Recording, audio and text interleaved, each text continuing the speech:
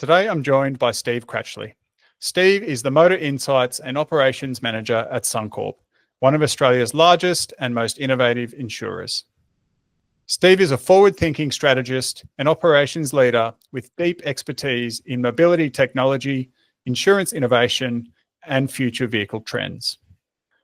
In fact, you're hard-pressed to find anyone with a finger more on the pulse on the future of mobility than Steve.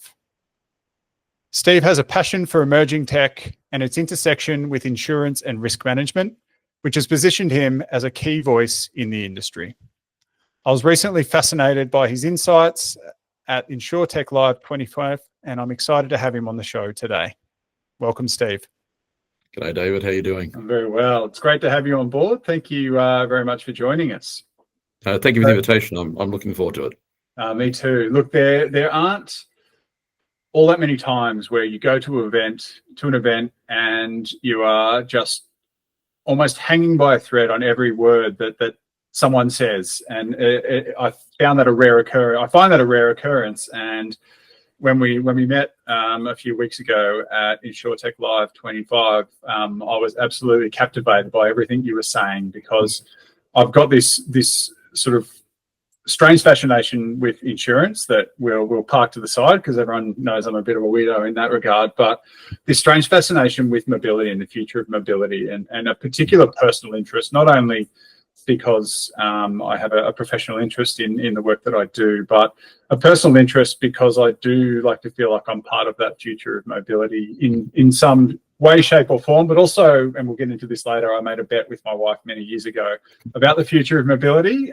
with some skin in the game, that I'm hoping you might be able to put your kind of oracle hands across, or oracle view across, and go, yeah, I think you're right on that, or I think your wife might have the edge at the moment.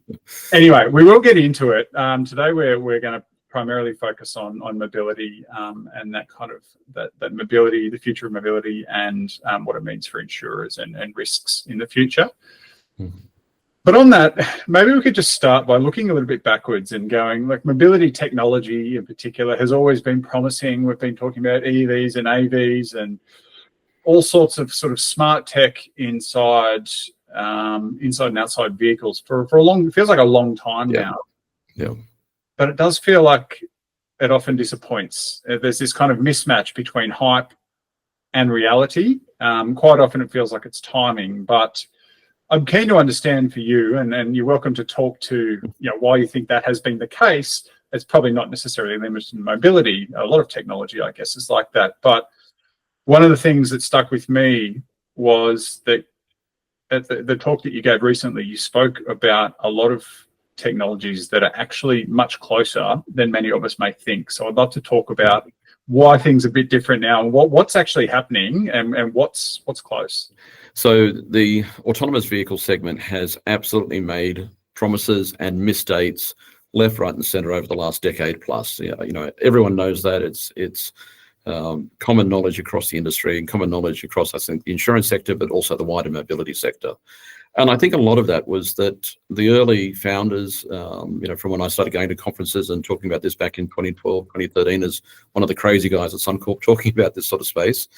But back then, there was a lot of hype and a lot of overhype to get investment, I think, and to get VC funds engaged and to really support the companies that were kicking off in this space. And they really needed large sums of money. But what most people don't realize is that wasn't the birth of the industry. This industry goes back to the 1960s, 1970s, even before that. And back then you had entire vans full of old computers, took up an entire van, basically a computer on wheels. And they would follow either a cable embedded in the road or follow some lane markings. But it was very old school. It was very clunky. It worked, but certainly nothing you could put in a commercial sense, like we're sort of at the verge of today.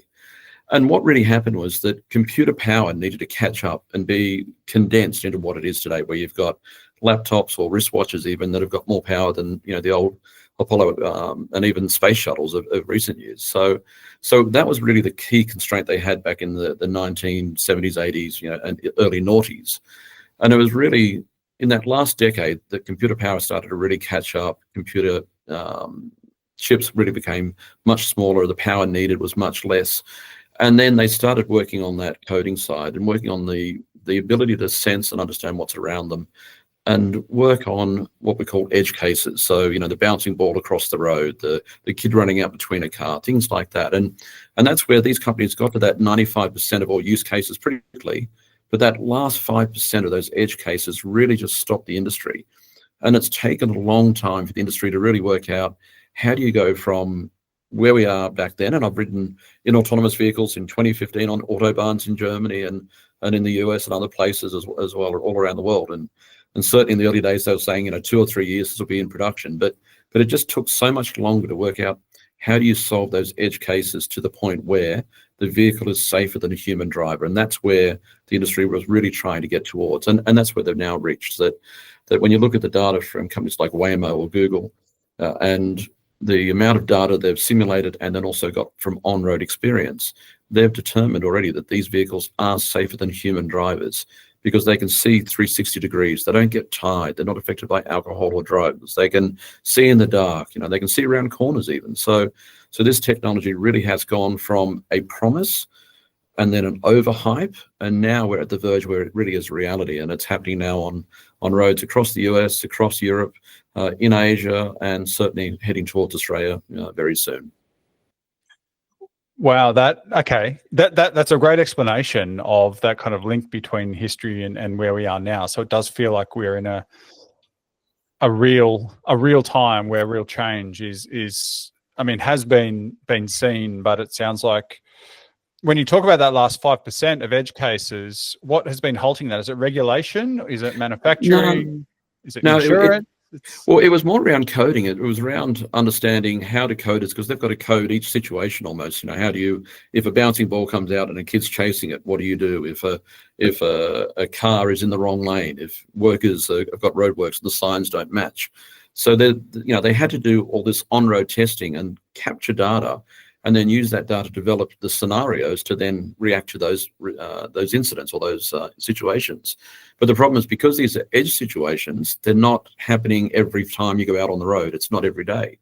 Yeah. And the other interesting thing is, we've had guys that write the autonomous vehicle code, work with philosophers to understand, what are the decisions a vehicle has to make if it's going to crash? Because these vehicles know, and in a perfect world, these vehicles will never have an accident, but they will. They will have accidents. There will be errors. There will be situations where someone will come across a lane and hit one of these vehicles. It's inevitable that it will happen. And no one's ever said these vehicles will never crash. In the old days, a few people used to say that, but they've been proven wrong over the years. But what they're now finding is that they've had to work and think differently about how to code, how to develop that software to say to the vehicle what to do in these situations. So it really has taken probably a decade of work on just a very small amount of use cases, but the use cases that are important, they involve kids, or they involve elderly, or a car coming from the wrong way down a one-way street or something like that. So they're not those common scenarios, and our brain can process what to do and think, because we've got minds that can sort of react to situations around us and be creative in our responses. But these vehicles have to be told almost, or programmed, what to do, and then you have to think of all those edge use cases and then write, what do you do? So it's been a complex task. Yeah. That's fascinating. I was just thinking about, obviously AI has been high on sort of rotation for the last couple of years in conversations, and this talk of AI hallucinating. I just thought about this scenario where the car doesn't know how to respond. Does it just hallucinate? Yeah. It kind of just does it just sort of makes it up. Do you know what I mean? Like that's Yeah, absolutely. And it's certainly one of the things you sometimes see, the videos of, you've got a car park full of autonomous vehicles all trying to get out, and they're honking horns and flashing lights all at each other because they don't know it's another autonomous vehicle and things like this. So and this is the thing, the technology is not perfect, and I don't think anyone today would say it is perfect. But when you do put these vehicles on roads in normal environments, I've got so many colleagues around the world now that ride in these every day and prefer to use these as a robo-taxi than a human-driven taxi, because they feel safer. They don't get hit on if they're a female or something like that. So for them, they prefer to be driven by an autonomous taxi than a human-driven taxi, and they ride in them every day. And they're they work in the field of academic research around road safety, and they're using robo-taxis for convenience and commuting every day. Wow. Okay. So tell me what's coming. What's coming in the next 12 months? What's coming in the next 18 months? What can we get excited about that feels like a bit of a game change? So for Australia, we're working on the regulation right now to allow these vehicles on roads. Now, they're going to be allowed in limited operating domains at first, and that will be areas like inner cities or between maybe a central railway station and a touristy area or something like that. So there'll be defined operating domains. And that legislation is being worked on in the federal government, state governments, the transport ministers, and we've got conferences coming up later this year to sort of bring all those stakeholders together to debate some of the key topics around that. But what's interesting is that we're actually lagging the rest of the world in that legislation, and the UK actually used some of our draft legislation to base their legislation on that's already passed and has been approved to get these vehicles on roads in 2026 in the UK. So it shows you, one, how advanced our thinking is, and that some people are saying that's a bit of a, I suppose, a letdown for Australian market, that we're not there yet, and others are. But to me, it's an advantage because we're seeing what's working well and what's not working well in that regulation space. And it allows us to get that regulation right, make sure it's fit for purpose for our Australian market, but also to learn from the mistakes of other jurisdictions and then try and make sure we get that as accurate as possible, as correct as possible. We know there's probably going to be some court cases, there's going to be some disputes, things like that as we go forward. But it's learning from other areas that have already moved in that space. So the next 12, 18 months, we're going to see more and more media, more and more hype around the regulation to allow these vehicles on roads in Australia. And what's interesting is that's on public roads. We've already got so many autonomous vehicles operating in Australia on private roads, in mine sites. There's shuttles that have been operating in test environments in WA, New South Wales, Victoria, Queensland, South Australia, all around, pretty much all around the country these days, under a permit type basis. But we're just at that verge now where we're looking to move from permit and testing and trials and demos on public roads into basically commercial deployment with the regulation to support that. So what's the incentive for governments to push the envelope on this? Well, to me, I think it's two things. One, there's going to be productivity gains because you're going to have the ability to have an on-demand vehicle fleet come into busy areas and then move back out when there's no need for them. They will supplement public transport. So they'll go from like I said, a central type railway station to a tourist hub or be able to supplement public transport, but then it's on demand. So as it's needed, it'll come in, and then as it's not needed, it'll then sort of disappear. But then the other side of it on the government front, if I'm pulling up, on the government front, it's we want to make sure we're not in that Uber situation again. We know these vehicles are coming to market. We know these vehicles are going to be on sale, even to the public. Level 3 vehicles are already on sale in some markets in the US and other jurisdictions. So the NTC said about 12 months ago now that the level 3 vehicles are coming to Australia in most likely 2026. So the regulation has to catch up and has to be ready for the vehicles. And on the safety front, we know these vehicles are safer than human-driven vehicles. So the safer and quicker we can get these vehicles onto public roads, it's going to have a great outcome for the community eventually. But we've just got to get to that, over that threshold of the regulation, and then the vehicles coming to market. Okay, so tell me, I get excited about level 3. Yep. Can you just give us the layman's terms what level 3 means for the driver? So level 3 means you can take your eyes off the road. You can look at your phone or read a magazine or look at a book or maybe even watch a video. I've seen horror videos of people asleep behind the wheel. You shouldn't be doing that. You are still required to take control if need be.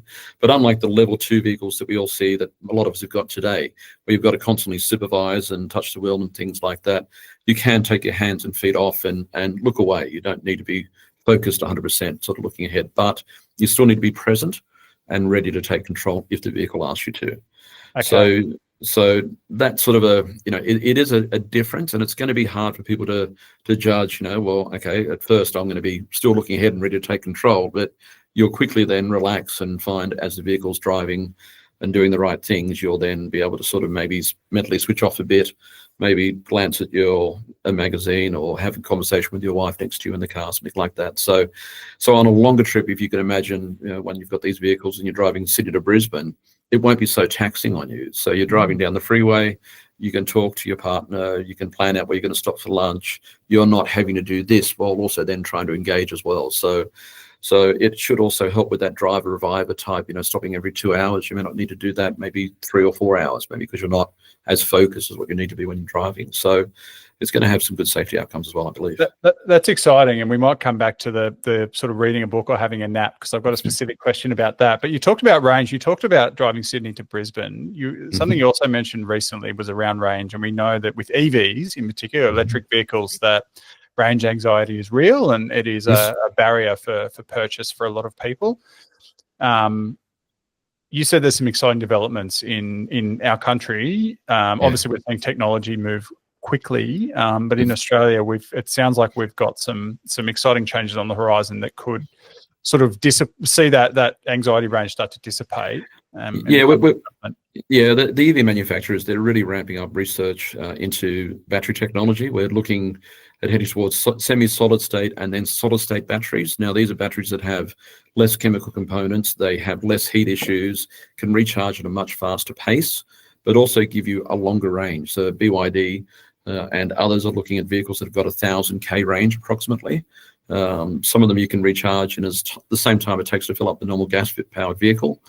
Wow. Sort of 5 minutes. They've only announced in the last, I think, week or two, the BYD 1,000 sort of volt architecture they're looking at. So these new type EVs are coming to market, and they're going to really push that range anxiety issues probably to the back burner, probably the game changer that we need. And especially Australia, because we are a nation that we dream about driving long distances every weekend. The reality is we don't. We do it maybe once a year, maybe twice a year. In reality, we normally do 20 to 40 Ks a day, which any EV these days will do. But we want that ability to do that long distance drive once a year if we can. And these vehicles will certainly tick that box.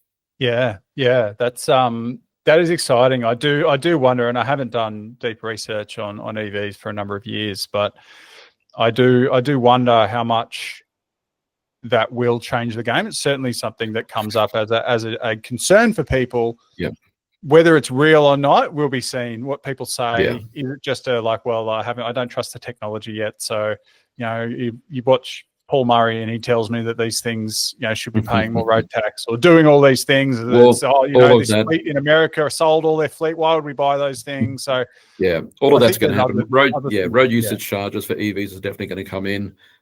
You can't have vehicles on roads without paying fuel excise. So all the governments, state governments and federal government are looking at that as one of the policies going forward, but no one wants to talk about it because the new tax, never a popular issue in an election year. But certainly if you look at New Zealand, they've got road usage charging across pretty much the entire fleet now. I think I saw an article last night or the day before about it coming in for diesel vehicles as well. As a way to replace road excise. So you have to have that ability to collect those usage charges, and it's a fair and equitable way to charge it, because it's, if you use the roads more, then you pay more. If you use the roads less, then you pay less. So it is a good way to do it. Yeah, nice one. So then maybe last question on the future of mobile technology. If you can just tell me, so I grew up in country New South Wales in a city called Tamworth, which is about 5 hours drive from Sydney, where I live now. So we often try and go visit family on the weekend. That's 10 hours of return driving for a pretty short trip. It's pretty expensive to fly. There's a monopoly, so that kind of rules that out for a lot of people. I'm curious to know when I can read a book for that drive, or play a board game with my family or whatever it might be on that trip. And then finally, that sounds like that's stage 3, what you mentioned before, is that ability to be more engaged in your car but still in the driver's seat. When can I have a nap? When can I go, you know what, we're going to go to bed and then we're going to wake up at Pa's house in Tamworth at a reasonable hour? I'd love to give you a date for that, in that scenario. I really would, because to me that sounds like a great state as well, to be able to go Sydney to Brisbane, have a snooze while you're doing it, wake up refreshed in your destination. That's sort of really where you start getting into level 4 or even level 5 type autonomous technology. Level 5 is there's no steering wheel, there's no pedals. It is basically a vehicle with just 4 seats and entertainment screens, and they could be like a carriage where the seats face each other, out of a table in the center where, as you say, you could play board games or have card games between you. That's certainly being worked on, and there's certainly level 4 autonomous vehicles that operate with that type of situation in Las Vegas at the moment. Zoox is a great example. You have a look at the Zoox vehicle. They're a carriage design, bi-directional. There's no front or rear of the vehicle. and that's was a company started by a couple of crazy Aussies that moved to LA and now taken over by Amazon. But they've certainly got some interesting history if you want to look up those guys.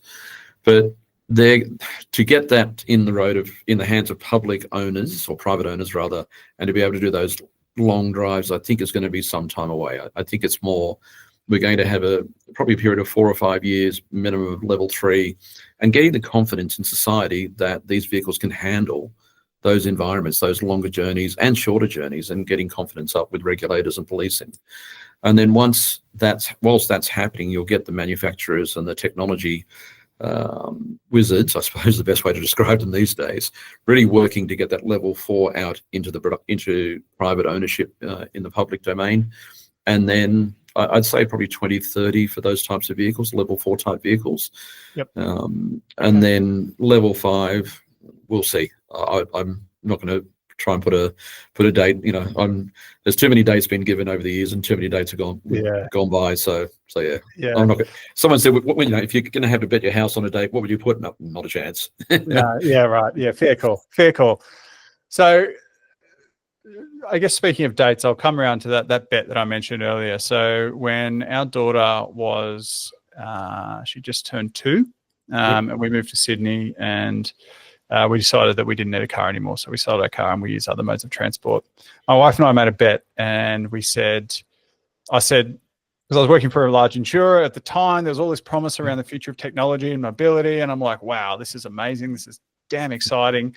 And I said, when our daughter is 16, so that'll be in 2030, I said, she won't need a driver's license. I said, she probably won't feel the need for a car, certainly if she lives in a city, Sydney, but my argument was she won't actually need one because the cars will be doing all the driving then. My wife was like, no, it's not moving that fast. You're crazy. She's going to need her license. So I'd love to, if we look at 2030, she'll be 16 in 2030. Yeah. What's your prediction? Do you think she'll need a license at that point? She can certainly get away without a license at that point. But to me, it's one of those things, you and I are of the age where your license was your access to freedom. We got our license and that got you a car, and that meant you could go out into the world and do whatever you want. But these days, we've got so much on-demand access to mobility, whether it's short or even long distances. And I think that's where it's going to be interesting. So for your daughter in 2030, if she wants to do a longer drive, she may want a license to be able to do that in a remote rural area that you can't have autonomous vehicles yet. But if you're talking to go up to Palm Beach for the day or something like that, then she could certainly most likely use an autonomous vehicle to do that and not have to worry about that driving scenario most of the way. She may get asked once or twice if there's a roadwork or, the spit bridges up for too long, something like that, because I used to live in Sydney, so I know about all that. But there's certainly probably no need. And I know I used to coach indoor archery at a local club. And the kids that I used to coach, most of them had no interest in getting their driver's license. And that was sort of 4 or 5 years ago, because they could get Ubers or they could get go-gets, if they needed to, or, and get their parents to drive them somewhere. They just didn't even, it wasn't a priority. It wasn't on their radar to sort of, I've got to get this. And now if you look at the electric scooters, little mini bikes you see racing around all over the place, they can do near 60 k's an hour, and the governments are frowning on them at the moment. But the range and mobility that gives kids these days, it's pretty much what we had back with our first cars and getting a normal driver's license and having to drive everywhere. But our fuel budgets didn't allow us to go, for 1,000 k's or something like that. Yeah. Okay. So what I'm hearing is it may not be. I think the intent of our bet was around regulation. It was going to be, I said, cars will be driving themselves. Licenses will be a thing of the past, certainly for the purposes of driving. Yeah. But that may not actually be, I might have her on a technicality here, is that she may not need a license, but it's not because no one needs a license. It's because there's so many, there is now, and there will be increasingly so many ways to get around that the ability, the need to be the driver to get from A to B is becoming less relevant because there are so many options, right? Yeah. And the other side of that coin is a lot of people enjoy driving. Like I love driving. I love, especially if it's a country road, especially if it's at night, the stars are out and it's a nice windy road, and, my wife's V8 Mustang. We enjoy it. It's it can be a fantastic thing to do. But then there's also those moments where you're driving in peak hour traffic, trying to get into work, and you'd love to be able to just hit a button, sit back, and do some work whilst the car's taking you to the office. So it's not to say I would never not drive again if the opportunity presents itself. I would probably be one of those people that would chop and change. I would like to take control and drive at times, and other times let the vehicle drive me from A to B when I'm, want to do something else, or sitting in peak hour traffic where it's just not a joy to drive. But it's almost, to me, a bit like horse riding. These days, no one rides a horse to go from A to B for work or for pleasure. It's more pleasure. You go to a horse farm, or you've got a property, or you go out to the country and you go on horse trail rides, and that's an enjoyable pastime. But in the old days, that's how you got everywhere. Yeah. And I think that's what the future of actual driving will be. A vehicle can take you from A to B if you want, but then at other times you may want to engage and actually do that function yourself. You won't be solely in control of the vehicle, and you will be co-driving, and the vehicle will correct your mistakes. And that's already happening today with the modern cars that we've got, but that'll happen more and more so in the years ahead. But certainly be able to have some input into that driving experience. I think a lot of us will still want to have that. Yep. Especially the older generation like us. Yeah, I think you're dead right. I think these things do take generations to shake out, right? It's entire behaviors that you've of lifelong of learning, one way to do things.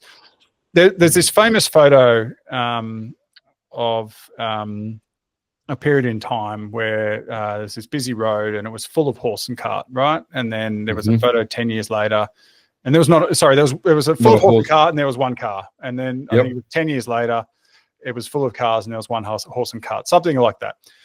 Yep. If we fast forward, so I feel like we are at a moment in time with mobility. I talk about EVs as I guess an example of that. And this is how I try and explain to sort of, I guess, EV haters. I say, look, I think we're on the verge of a genuine change, just because the level of investment we're seeing from a lot of the OEMs globally is enormous, and new players enter the market. And the Chinese, the number of makes and models coming out of China every day is just incredible. Yeah, so I guess and that's just with EVs as one example. If with a combination of kind of electric vehicles and autonomous vehicles and whatever other kind of trend, artificial intelligence, all these kind of things overlaid, if you're I guess an expert and a thought leader in the space, what does Australia's fleet look like in 10 years' time, in 2035? I think it's a great question, because there's so much new technology still coming through that we're just on that verge of understanding. So connected vehicles, autonomous vehicles, electric vehicles, that's what we've all got today, and that's all the reality of today. But you now look at the vertical takeoff and landing type vehicles that are being shown and demonstrated all over the world. And they're already being put in some use cases in some markets. And there's even one Chinese manufacturer that's got the land aircraft carrier that's coming to Australia in September this year. That's a 2-seater, 6-wheeler that has an EV vertical takeoff and landing little helicopter that goes into the back of it, folded up and charges. No way. Now, this is like Chitty Chitty Bang Bang coming. That's right. This is the Jetsons type stuff. So, and even Brisbane Council, a lot of the Sydney councils, Melbourne, they're all planning these vertical takeoff and landing ports. And if you think about Sydney, for example, the new airport being built at Badgerys Creek, the commute from the CBD to Badgerys Creek, even by taxi, by limo, is going to be a fair hike. But if you can go back and forth in a little electric helicopter, it doesn't have the noise, doesn't have the complexity of a normal helicopter, and there's going to be fleets of these running back and forth from a heliport down at Circular Quay or at Barango, then it's just going to whiz out, drop you at Badgerys Creek, and go back and forth, and it'll be a 20-minute trip. Now, you can't tell me that especially executives aren't going to pay a premium for that type of service for a flight to Brisbane or to Melbourne for meetings and things like that. So to me, that's that next evolution of mobility trends we're going to start to see. And then how do people start engaging and using that to go, okay, I want to go over to Kangaroo Island for a picnic for the day, or rather than booking a helicopter for a couple of $1,000, I can book one of these and it drops me off, comes back, and then picks me up when I'm ready, sort of a thing. And it's almost done like an Uber app. Yeah. And some of these around the world are pilotless. They're all working on autonomous modes. So you don't need to know how to fly. You just get in and it takes you from A to B. So it's all this sort of stuff that's, whilst it's exciting what we have and coming through at the moment, one of the things I look at as well is what's just over that horizon and being developed elsewhere that we're going to start seeing. And And what's interesting is there's so much planning for these already in Australia. So it's not like it's Wow. way down the road. I think in 2035, we'll see these in skies. We've already got them delivering packages, coffee and medications in cities around Australia at the moment. So larger ones that you can get in will be flying in our skies by 2035, I'd say. Wow. That is mind-blowing, because 2015 doesn't feel like that long ago. But then if you No. do go back to 2015 and you go, well, Tesla had just entered the market in you sort of, this concept of autonomous vehicles was, I guess, still felt very much a long way Yes. in the future. To where we are now is, like you said, you've got these vehicles that drive themselves. You just kind of, it makes you touch the wheel, which annoys me when I drive these vehicles to tell it that you're still there, kind of thing, right? Like, but they largely, like, Yeah. you can drive from Sydney to Newcastle without, theoretically, you wouldn't need to touch the wheel or the pedals. You can just hit buttons, and it's largely intuitive. And I love doing that sort of stuff. Well, I encourage anyone that if you're going on holiday to the US, you're landing in San Francisco or LA or Dallas, go for a ride in an autonomous vehicle. You download the Waymo app, book a ride. There's no person in the driver's seat. It goes from A to B. And what most people find is, at first, you may be nervous, you may be sort of holding that seatbelt, or sort of holding the back of the seat. But then 5 minutes later, you're glancing news.com, and you've forgotten that you're sort of in a driverless vehicle. It's just become as boring as a normal taxi ride, except you're not having to engage with someone asking you about the weather, or telling you where the latest play is, or whatever the case may be. So if you're going on holidays, jump in one of these autonomous vehicles, and you can see for yourself how much real this technology is. It's not sci-fi, it's not over the horizon. What it really is, a today type technology, not a tomorrow technology. So if we talk about global markets and leaders, obviously America sounds like it's very much on the cutting edge as far as some of the technology, but also some of the regulation, or sort of controlled regulation around that. You've also mentioned India, you've mentioned China, and I think even today I saw a headline that talked about BYD now outpacing Tesla in revenue in the short time that it's sort of materialized. With the future of vehicles, we'll talk about on-road vehicles. Let's park the mini copters for now and talk about on-road vehicles. Australia's fleet is changing rapidly, has changed rapidly. Obviously, no more vehicles manufactured in Australia. So we've seen the sort of the rise of Asian vehicles and European vehicles, and now American vehicles coming in onto Australian shores. Are we likely to see more and more of those players enter the market, particularly from China?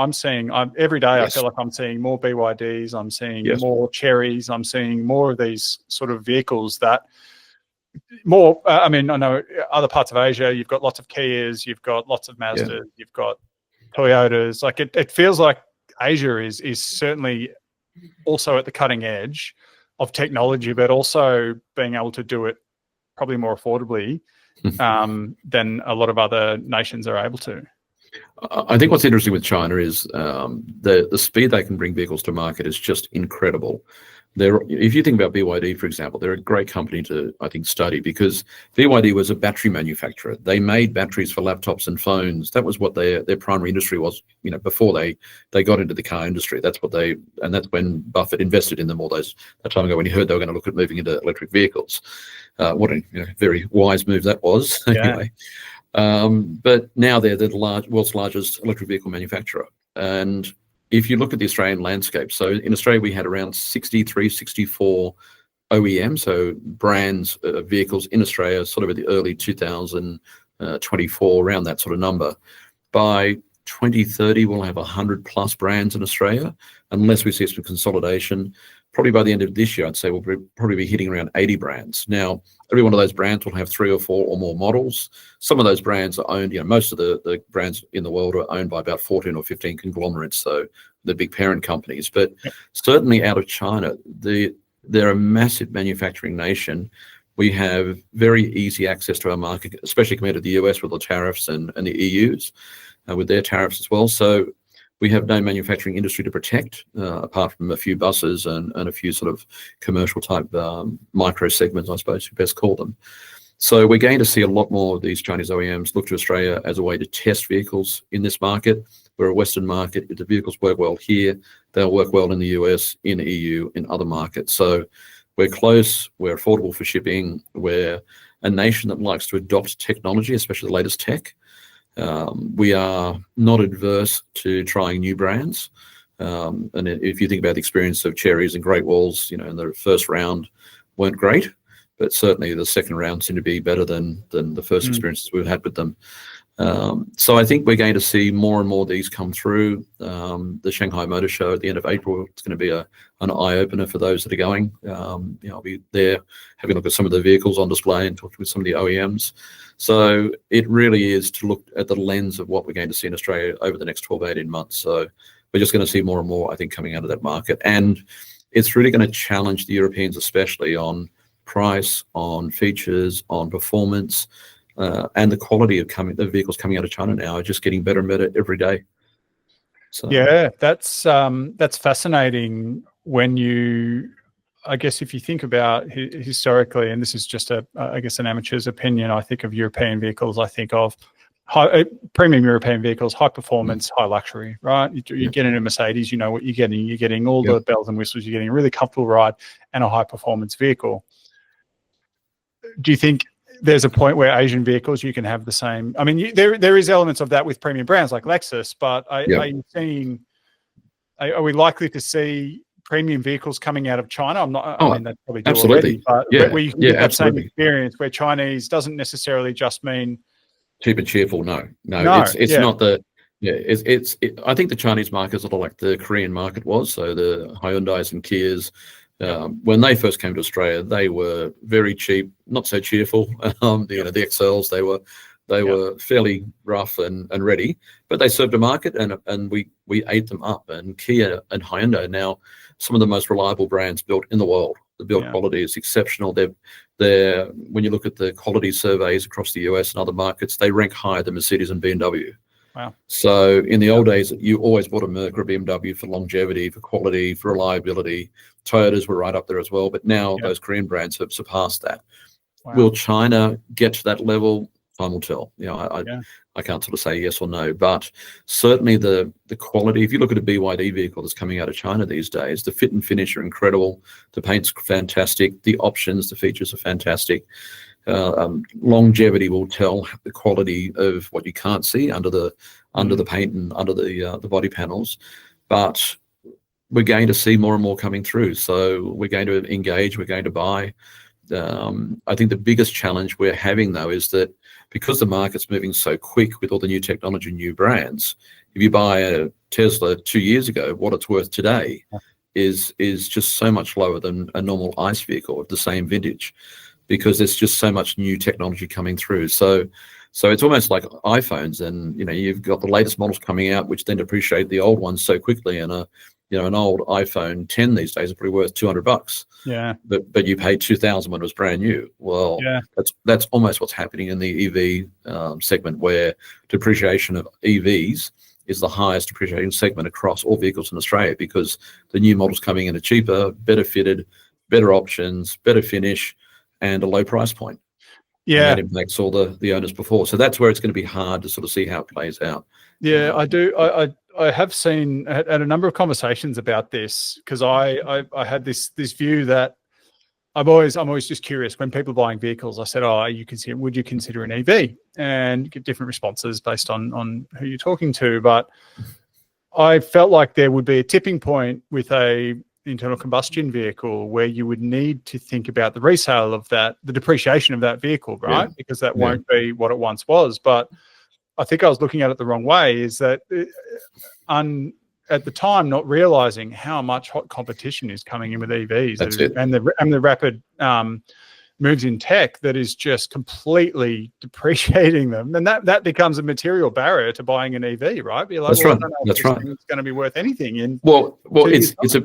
It's a barrier about buying new, but it also puts EVs into the hands of a segment that may not be able to afford an EV in the past. Yeah. So as you look at a Tesla Model 3 these days, you can buy those in 25, 26,000. Yeah. And sort of 5-6 years old, plenty of life left in the battery. And no one ever would have thought a Model 3 would have been that cheap or would have got down that far. But you can buy a brand new MG EV for maybe 5 or 6 grand more. So the competition in that segment is just getting so hot. It really is pushing prices down. So it means I think more will engage in that type of vehicle. And then once you get positive experiences and you learn that you don't have to drive 1,000 Ks every day, that you really only need to charge every few days, and you can get access to many charging points as time goes on, then you'll then look to upgrade and move, through the model range as your economics allow. Yeah. Fascinating. I could talk about that for days, but we do need to talk about insurance, Yes. and that link between the future of mobility and insurance. As someone who has worked on a number of, I guess, new ventures and propositions in the mobility and insurance space, I'm curious to get your view on why haven't telematics taken off? I think the biggest problem with telematics is it's finding the right way to integrate that for the right customer. So if you look at models around the world, it's normally your best performing customers want telematics to get a lower premium. And your worst drivers, they don't want telematics because they know deep down they're not a great driver. So really, I think telematics, and you've got to install boxes, you've got to install OBD 2-port devices, whatever the case may be. Whereas now, with connected vehicles, pretty much nearly every vehicle we sold in Australia these days is connected 24/7. So with access, with customers' permission to that data, it makes telematics a different proposition, because it's not just pay per how you drive or pay per mile, whatever the case may be. There's a lot of customer-centric activities you could do around things like, if the windows are down and there's a storm coming, put the windows up. If it's parked at the train station, you left your doors unlocked, you can prompt the customer to lock those doors to make the vehicle less prone to getting stolen. So it's not just around how a customer uses that vehicle. There's a whole new range of I think, customer-centric activities you can do to really incentivize customers to take up that telematics type option. So I think we're moving into a new era where it's not just about data about how you drive, but there's a whole suite of information and ways you can help the customer de-risk their life with a telematics type suite of products with a connected vehicle. So we're moving into a new era. I think all insurers are looking at the space intently, very closely, working with different partners to understand how it's going to shift and morph. And I think it's going to be interesting what happens over the next few years.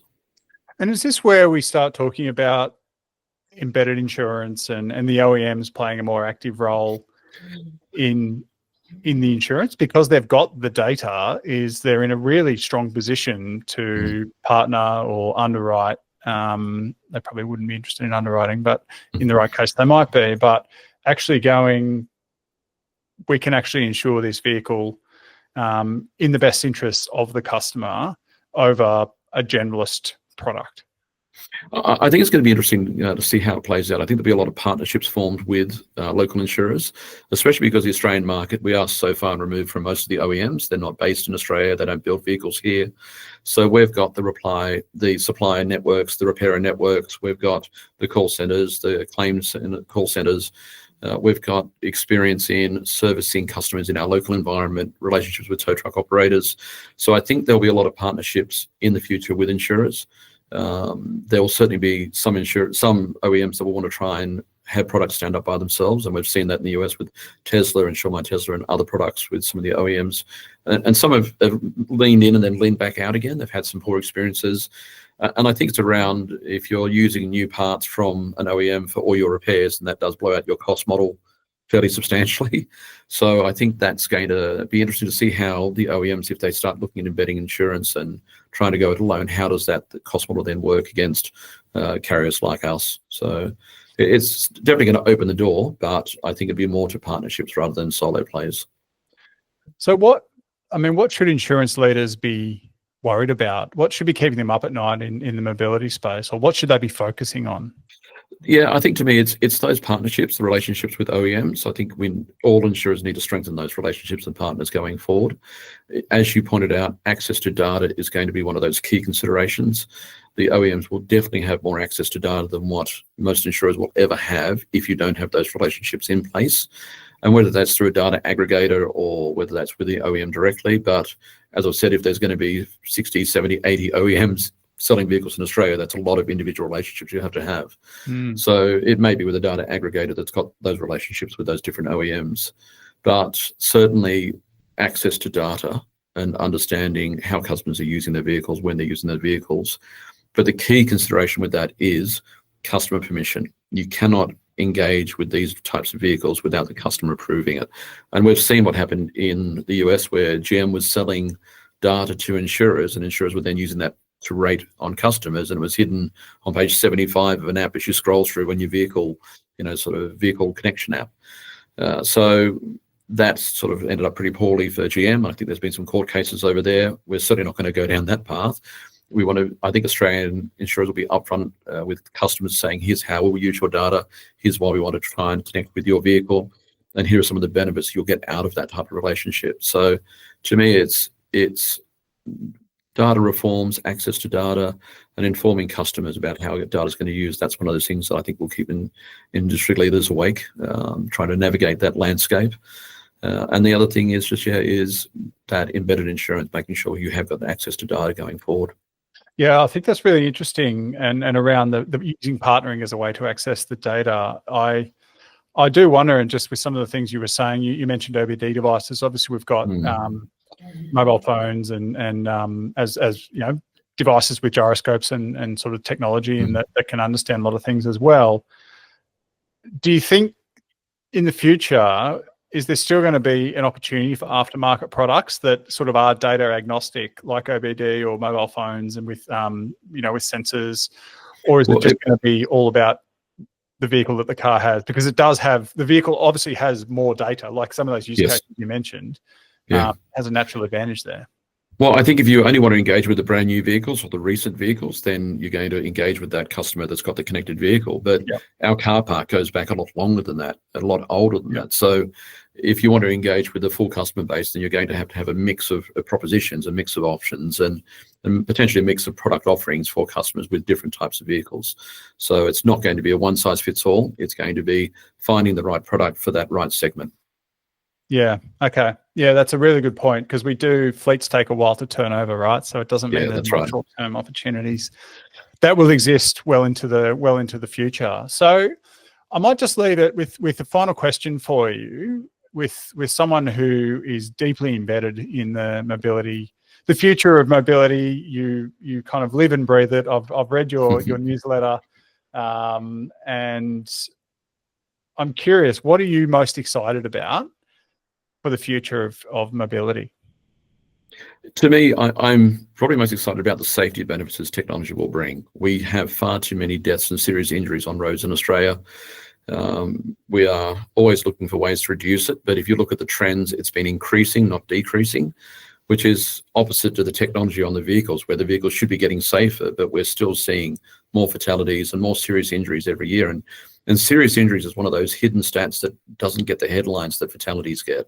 We have so many tens of thousands of people that are seriously injured every year in vehicle crashes, that a lot of this technology, where you're going to have less fatalities per million miles traveled than ever before. So I think there'll be a really positive outcome as the technology comes through and gets adopted by owners, or people start using the autonomous fleets.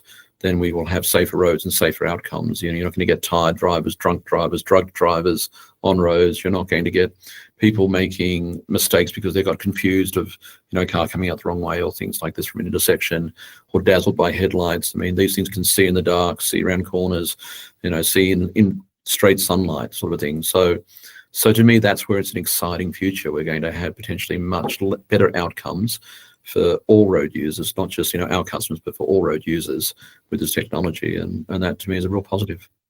That's great. I feel like we've gone full circle when I mentioned at the start of the episode that I'm one of those weirdos that gets excited about insurance, and it's for exactly that reason, is that I don't think I haven't found a better industry where consumer objectives and business objectives are more aligned, and it's that ability to you're in the right industry to be able to have an impact on the future and the safety of people on and off the road. It's great to see another nerd that gets excited about that.